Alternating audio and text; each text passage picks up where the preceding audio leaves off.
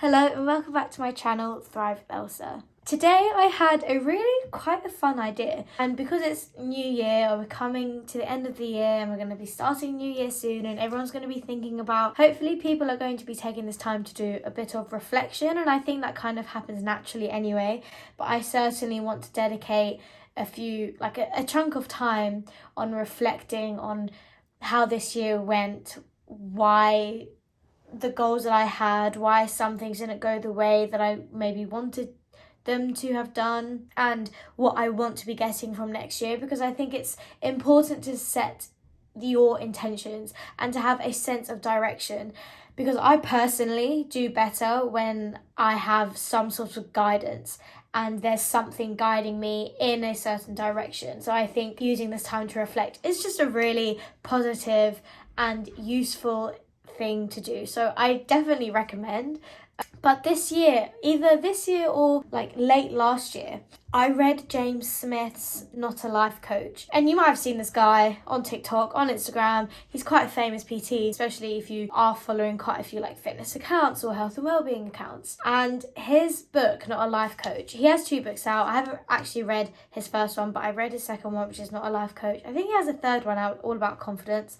But specifically the Not a Life Coach one, it was incredible, right? I recommend this book a lot. It completely changed my perception of just life and living and success, and it made me question things that I feel like you're not made to question, but are probably the most important questions that you will have in your life. So I'm really glad to have read it. There was a chapter or a section in his book that made the reader, so me as a reader, just on your notes on your phone, or if you wanted to do it physically then you can, but I just found it easier to do it on my phone, and title it Advice Not to Fall on Deaf Ears. So for the last year, every time I've read something that's really quite interesting or that really resonated with me or taught me a lesson, I would put it down in this folder. So I thought, what better time than to go through this list and see everything that I put on the list than now. So that's what I'm going to be doing. What I've already noticed is that I don't note down every quote in terms of the author of that quote or who said it necessarily all the time. I have a good idea about where most of them have come from, but next year for sure, now this is such a great idea and I love this, so even if it's just for me, I think I will make sure that next time I'll try to get all the sources. But really some of them were just oh my god, I needed this right now, because maybe I was reading a book, or I don't know, I was reading an article and it didn't necessarily come to mind to put the name of the source. So I'll try my best to source it and to reference it. But yeah, I really hope you enjoy this. And I guess let's get going. My first one, I think this does come from James Smith's book actually, Not a Life Coach. And I'll put all the links and stuff to all the books, or if it was a book that I got it from, I'll be putting it down here in the description, the show notes, all of that, so you have access to all of them if you wanted to go ahead and read them, which to be honest I recommend them all. So anyway, so the first one is, life is not about falling off, in brackets, the skateboard and into the floor. It's about the very moment you hit the floor. It's what you do, how you react, and your attitude that determine how your future is going to pan out. Now, the whole skateboard thing, that's obviously relative to him and what he was talking about, because he started skateboarding and at first was a bit of a failure. And to me, it was just it is completely your attitude and your mindset and your perception to life, or to anything that goes wrong in your life, that will determine the path that you end up having. And really drilling this idea that's it's actively not all in my head, it's not that I'm making it up, but you get to choose for yourself, and you have to take ownership over that decision. Because say if you did fall off the skateboard and then you decided to stay on the floor and whine about it because you fell off, that's still in itself a response to the situation and what you're choosing to do. It's not that, you've fallen on the floor, which is something that's happened to you, and the response afterwards is also what's happening to you. It's just, I don't know, I've spent a lot of this year realising that I kind of like to be passive in my life, but I know that that's not going to serve me, and I do have to take on that more active role in my life and driving the steering wheel and like just taking more control over the decisions that I've made. And I've made quite a few videos this year saying how a lot of those decisions can feel quite overwhelming, but in terms of when things go wrong in your life, you do have to pick yourself up, and that's like a mindset that you have. Okay, next one. Sometimes it's not a skill but an attitude that develops us. Again, this just links to attitude. And I feel like a lot of us go through life like, oh, once I learn this, or once I learn that, once I hit this milestone, then I can do this. And I think I've said before that maybe like confidence comes from doing the thing rather than thinking that you need the thing to be able to do it. So maybe that's a link that I grabbed with that. Yeah. Anyway, third one. Well, actually, the next three all kind of relate to the same kind of thing, so I'm going to say them all. So the third one was ultimate wealth is living a life you love. Love that. The meaning of life, so the meaning of life, enjoying the passage of time, guys. And then the fifth one, life is happening when you are scrolling. I just love these all because ultimate wealth is living a life you love. Ultimately, what we want to do is enjoy the life that we're living. And that is what makes it meaningful. Like, for me, since I was younger, I knew the importance of leading and living a healthy life. Through this year, I've become very adamant in terms of the career path that I want to take and the areas I want to be in. And I held this guilt because this didn't follow maybe what my parents are doing. And my parents are so supportive, so I'm so grateful for that. Like, they've never said, oh, you should be doing this, you should be doing that. And they run their own business, and in my head I felt this like internal guilt of like, why am I not continuing what they've built and dedicated so much hard work on? And it's because I know that just doesn't fit me. Like, that isn't what would make me happy, that wouldn't fulfill me. And yeah, I don't know, I think I've just always had this idea that my happiness and my mental health is just so utterly important to me, because ultimately my happiness and my mental health will determine the attitude that I take in life, and will determine how much I just enjoy and how much I enjoy life in itself. Because if you're not healthy and happy and focusing on your well-being, then your perception on life changes, and everything, I feel like it's a downward spiral from that. So you might be having the same physical experiences or in the same environment, but you perceive them very differently. But I also know that your environment has an effect on you as well. So I knew taking that path of continuing what my parents have just wouldn't fit right for me. Yeah, I don't know, even though that on paper doing what they've been doing would make me successful and is a good idea, but it's just not the life that I want to lead. And I think what James does in a lot of his book is just questioning that whole trajectory of success and what everyone is chasing. So ultimate wealth isn't about having all the money in the world and living the most lavish life, unless that is really something that is going to make you truly happy. But for me, it's just finding those little pockets of just life with sharing with people. And I feel you can, even in the most simple moments, you can really just enjoy what's going on. And I'm not to say that I don't want to be successful and I don't want to earn a healthy income and be wealthy, because that will obviously be supportive in living a better life and giving to other people. But maybe if you are someone that's I need money, I need this job, otherwise XYZ. I think the focus of all of our time on this earth is to just enjoy a life that we find meaningful to ourselves, because at the end of the day, that is our life. Our life is what we think it to be and how we experience it, not what other people will say about your experience or what other people believe about your experience.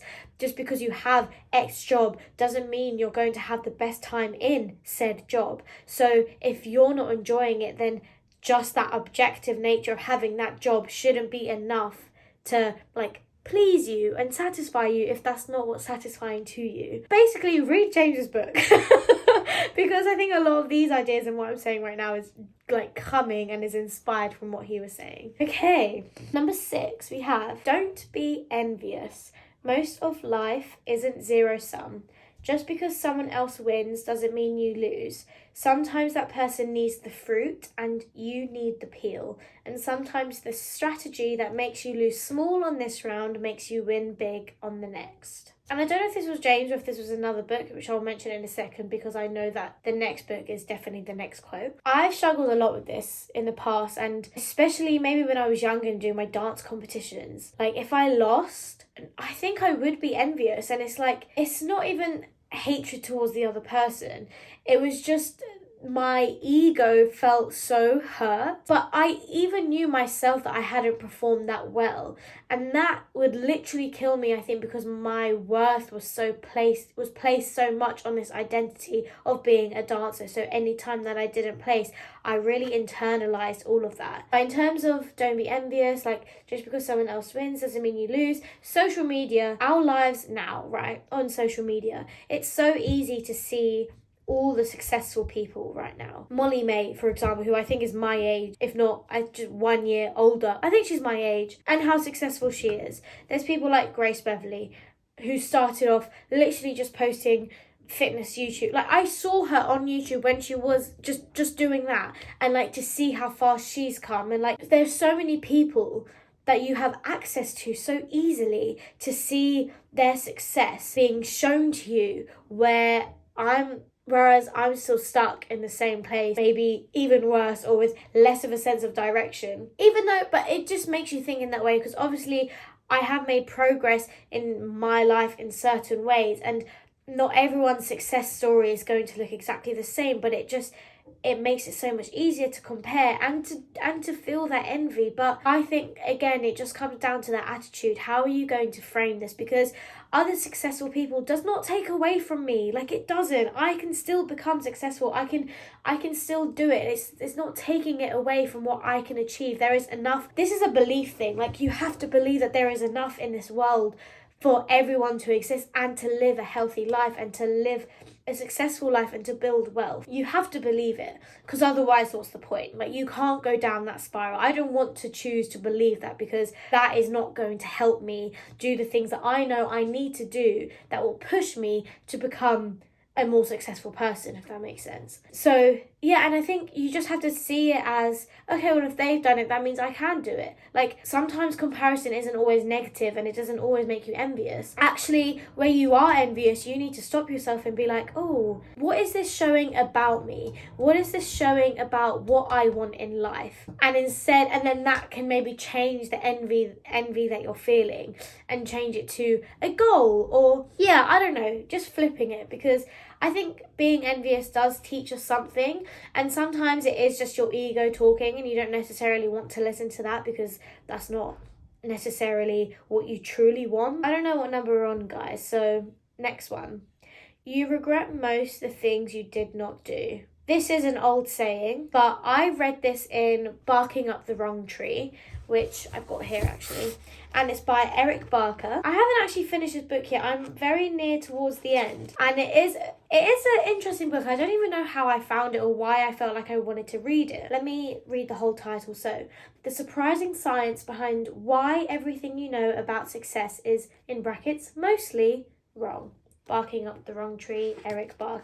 And it is a really interesting book. He goes into loads of different topics, such as, should we play it safe and do what we're told if we want to succeed? Do quitters never win and winners never quit? What makes a successful life? Work, or work-life balance, believe in yourself sometimes. So it is an interesting book, and I don't necessarily agree with absolutely everything that he was saying, for some reason I had quite a critical thinking hat on whilst I was reading it, but it synthesizes and brings together loads of different ideas, and it just, again, opens your mind up to things that you wouldn't necessarily have just thought on yourself. I think it's important to do things like that, and then you might find that, like, I don't know, it just might completely change your perception on certain things in life that you thought were so, like, maybe you had one answer. So yeah, that's about the book. But that quote that I just said, you regret most of things you did not do. And Yeah, I think that's so true. Like, regret is just such a horrible feeling. And if you are passionate about something, sometimes you have to go with that impulse, because a lot of the things I've got in my head, there's like, they have been quite impulsive decisions sometimes, but if I hadn't have done them, like, sometimes my impulsive decisions have been the best decisions that I've ever made. And that might be a bit misleading, but like, sometimes you just know that it's the right decision for you. I don't necessarily think every impulsive decision means that though, so obviously don't take my advice in terms of that, but just do remember that the things that you do not do are the things that you'll probably regret the most. So just do everything, do as much as you can. Next one: if you do what you've always done, you'll get what you've always gotten. This, like, you need to drill this. I need to drill this into my head. You cannot expect change if nothing changes. You cannot expect change if nothing changes. Okay? Guys, I just needed a moment. I don't think I need any explaining for that. And I think this is just the epitome of like a realization that you need to make if you want to make any sort of change in your life whatsoever. That is such a powerful statement that I forget myself and that I need to remind myself of constantly. Okay, the next one. I think he was talking about failure in this section, but let me just read it out. So, a failure for Batman means death. Luckily, you're not trying to be Batman, but all too often you and I act like we are. We think we always have to be perfect, but you're not Batman. You can fail and quit and learn. In fact, that's the only way you can learn. I think this is so true. Like, every time we try to do something, we feel like it has to be done correctly and it has to bring us the outcome that we think it should bring us. But this is life and things don't always go to plan. And sometimes, especially when you're just starting out, you don't have the skills to get the outcome that you think you expect it to, or that other people may have achieved. So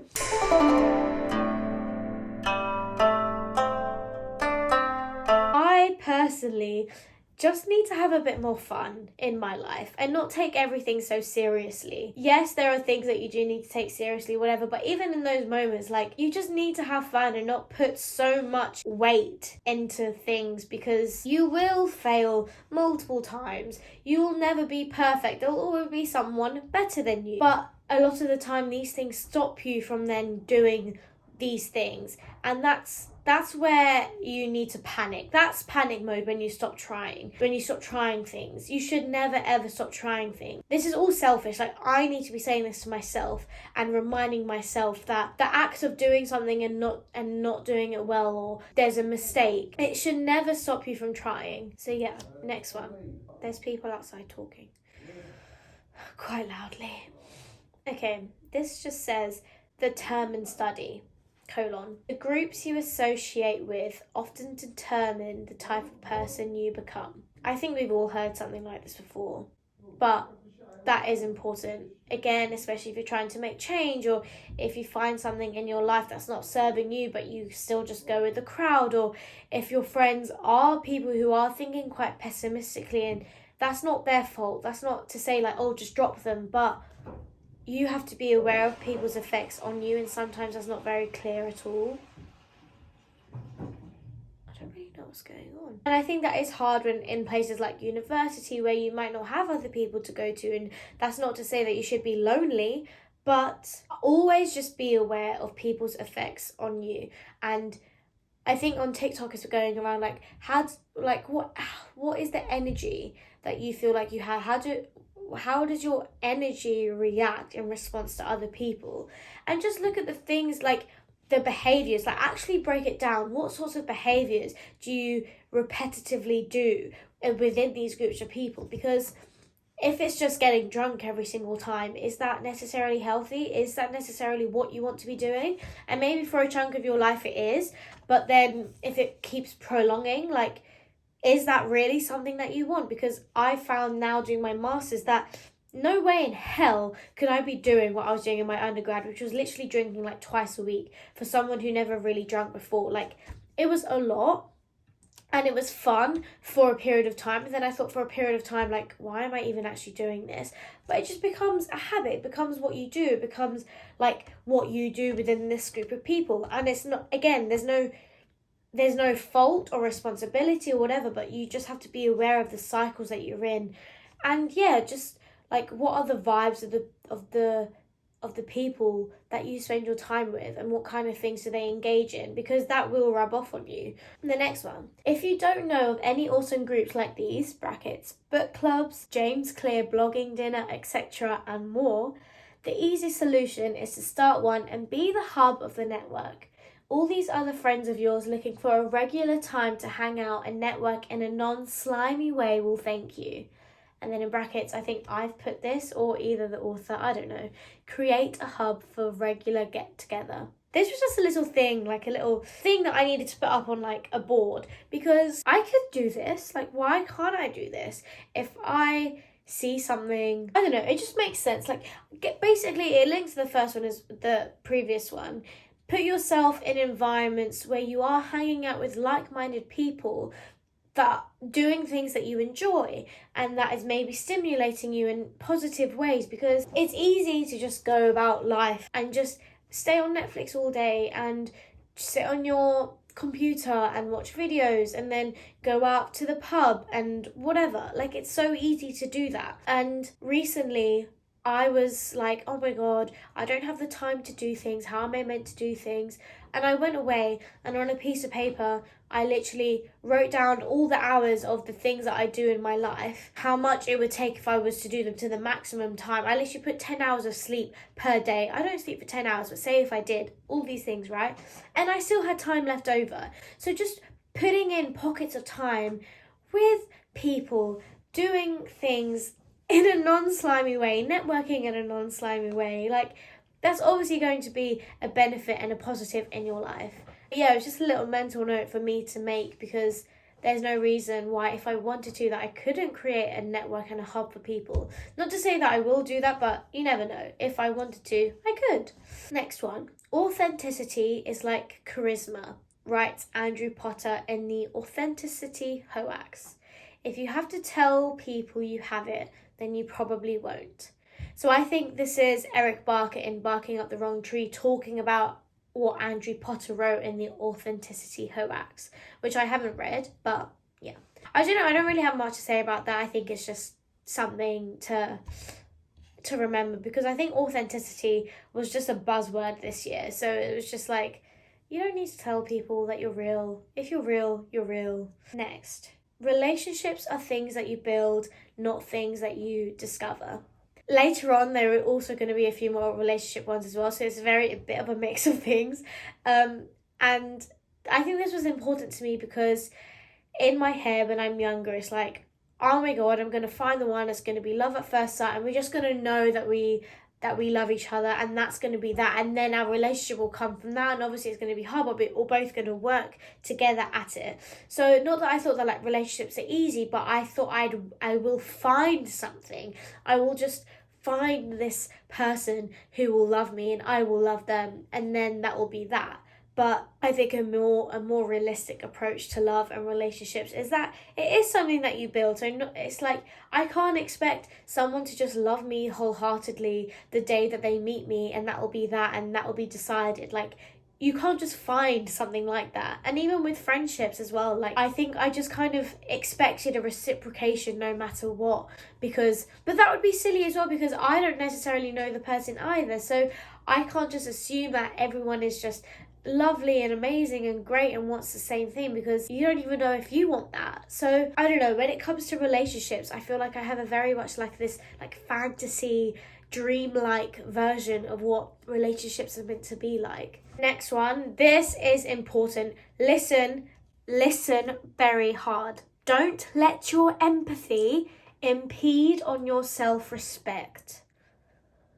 Guys, don't let your empathy impede on your self-respect. I think I actually saw this on a Urban Instagram post, and I think I've done this a lot, where I naturally am just quite an empathetic person, and I think what I do is that I try to explain someone else's behaviour, even when their behaviour is still disrespectful to me, in a way that it kind of excuses them. And I think that's just me trying to always see the best in people, but I feel like sometimes people generally don't have the best intentions, and that's okay. It's just I need to learn that lesson. I do need to learn that lesson, but not to change my complete outlook on life, because I think the way that I am is a positive, and that's something I can bring forward into my life. And it does mean that I'm maybe more open to being hurt, but this is the thing, like, I should not let my empathy impede on my self-respect. I need to set that boundary for myself and have that respect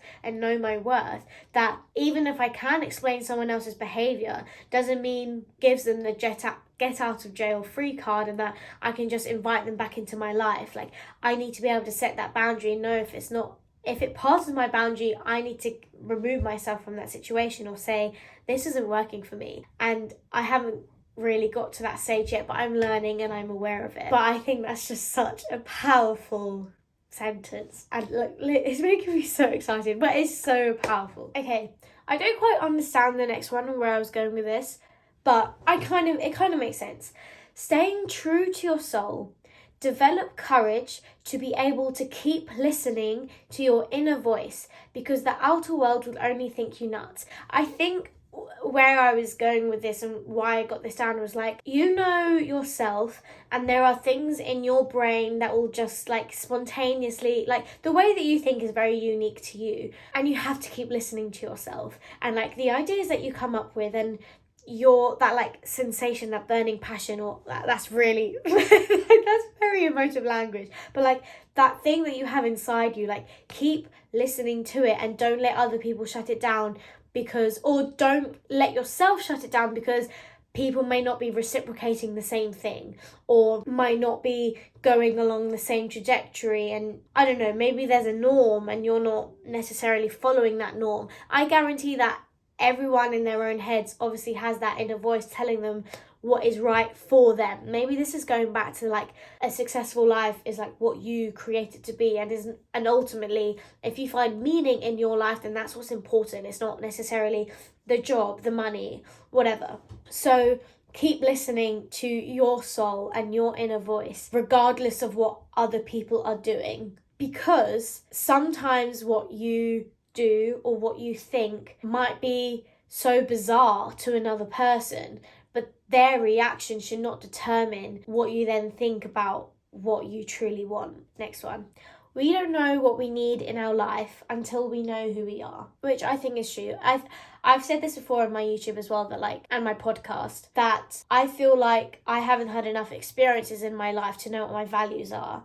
Maybe I can, like, prioritize here and there 100%, but, like, and my values, I've had certain values in my life, but I don't think I've had enough experiences in my life, and I don't know myself well enough, or I don't know, I feel like I just need more time on this earth to know what I truly value, and then to also know what I then need in my life. So I feel like, to be fair, saying that may create the idea that there will be a time when we 100% know where we are, or we know all of our values, but that might not necessarily be true. But we're always a work in progress, and the more that you know about yourself, then the more you're likely to know what you need in your life. But I also think there will be so many unexpected things that you didn't even know that you needed in your life. Next one. Writer and former heavyweight boxer Ed Latimore on outsmarting yourself. Someone with half your IQ is making 10 times as you because they aren't smart enough to doubt themselves. I think this is barking up the wrong tree again. That is quite funny, and it's so true. Someone with half your IQ is making 10 times as you because they aren't smart enough to doubt themselves. That makes me laugh. Like, stop doubting yourselves. We are probably the number one barrier of our own goals and our own success and anything that we achieve in life. We get in our own way, and that's something that really irritates me, and I'm trying to be aware of. You have to be aware of the way that the language that you use when you're talking about making a change, or when you're talking about goals. And I think also self-doubt will also be a predictor of how big your dreams even are in the first place, which is where things like comparison can be a good thing, because again, it shows you what is achievable and maybe opens up your eyes to what is achievable. But if you don't have that belief in yourself, then you'll maybe see it and think you'll never even apply it to yourself ever, because you don't even think that's even possible for you. But that obviously doesn't help anyone. Oh, I think this was in a James Clear email, like on his mailing list. Without altering the facts of the situation I am facing, and without ignoring the reality of what must be done, what is the most useful and empowering story I can tell myself about what is happening and what I need to do next? That is powerful as hell. That is so powerful. I'm going to say again. Without altering the facts of the situation I am facing, and without ignoring the reality of what must be done, what is the most useful and empowering story I can tell myself about what is happening and what I need to do next? Like, this is also quite comforting, because sometimes we are just dealt shit cards. Sometimes something bad, shitty does just happen, or sometimes we're in the worst, like we're in such a low phase as I just was, or things don't always go our way. And you can't change that. You can't always change your environment, which would probably then lead you to feeling better. But sometimes you can't always do that. So like, how can you approach the situation without anything changing? But how can you approach it in the best way that you possibly can to move forward? That's like, I don't know. I really like that. I really, really do like that. Thank you, James Clear. I haven't read your book though. I should do. Maybe send me a copy. Anyway, next one. You make your life meaningful by applying meaning to it. It's not just inevitably meaningful as a result of the choices you made. And this is Sheila Heti in Conversations in Love. So, on to the next book. I'm currently reading Conversations on Love, not in Love. Conversations on Love by Natasha Lunn. Guys, this is an incredible book. Incredible book. And it switches between the author just writing about her experience and then her interviewing other people. So I'm assuming Sheila Heti is one of the people. Yeah, it is. So Sheila, I think that's how you say your name, I'm so sorry. Sheila Heti is one of the people that Natasha was interviewing, and this is a quote from that interview. So you make your life meaningful by applying meaning to it. It's not just inevitably meaningful as a result of the choices you made. Again, meaning and life. I think this is just a common theme in my life and what's important to me, as I said. But yeah, you can't just assume that you're going to find meaning or going to feel like your life is meaningful just by doing XYZ. Like, just because I meet up with friends and I know meeting up with friends is important, doesn't mean I'm then going to really appreciate that and be grateful for it and be like, this is meaningful. Like, that is something that has to happen in your brain, in your mindset of like, I'm doing this because this is meaningful to me. You have to define that meaning. Like, say if you're working out, but just because you do an exercise or workout doesn't mean that you're going to find it meaningful. And for it to be a long-term successful behavior change, like, and to maintain that exercise, you do have to apply meaning to it. You have to be like, I'm doing this because this is important to me and it serves XYZ and this is important. This is meaningful to me. This has meaning in my life, so I will continue doing it. No one's gonna do that for you. Same with healthy eating, same with building relationships, same with learning. Like, all of these things, that meaning has to come from you in order to keep doing it, I guess.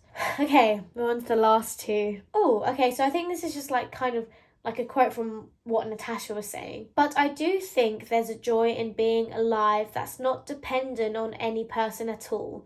And there's something permanent about recognizing that the defining energy of my life is now centered within me, not defined by anyone else. Actually, I don't think that's what Natasha said, but it's in the book. But I do think there's a joy in being alive that's not dependent on any person at all. And there's something permanent about recognizing that the defining energy of my life is now centered within me, not defined by anyone else.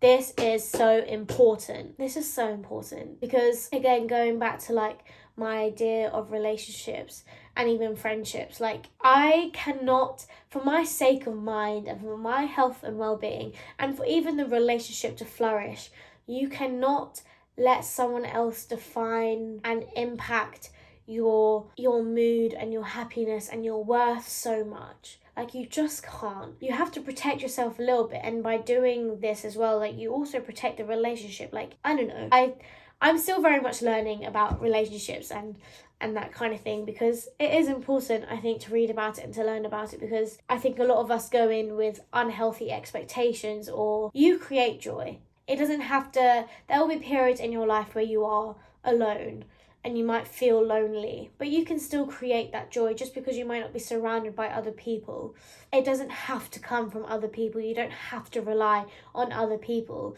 for your happiness. And I think this is more in the context of a romantic partner, or maybe even a close friendship.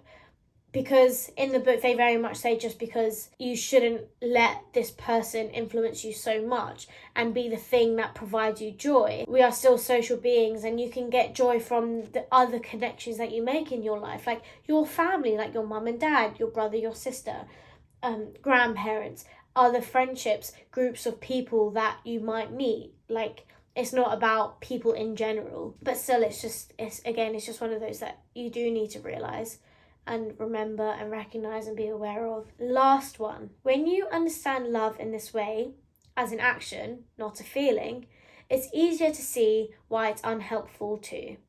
Erich Fromm, who compares the attitude to that of a man who wants to paint, but who, instead of learning the art, claims that he has to just wait for the right object, and that he will paint beautifully when he finds it. Love, by this definition, is a power which produces love. And then I added, apply this to the self, ? This made me think a little bit, because there are things in my life, say something like dancing, where I'm like, oh my God, I love dancing, or I love watching performance, or I love performance.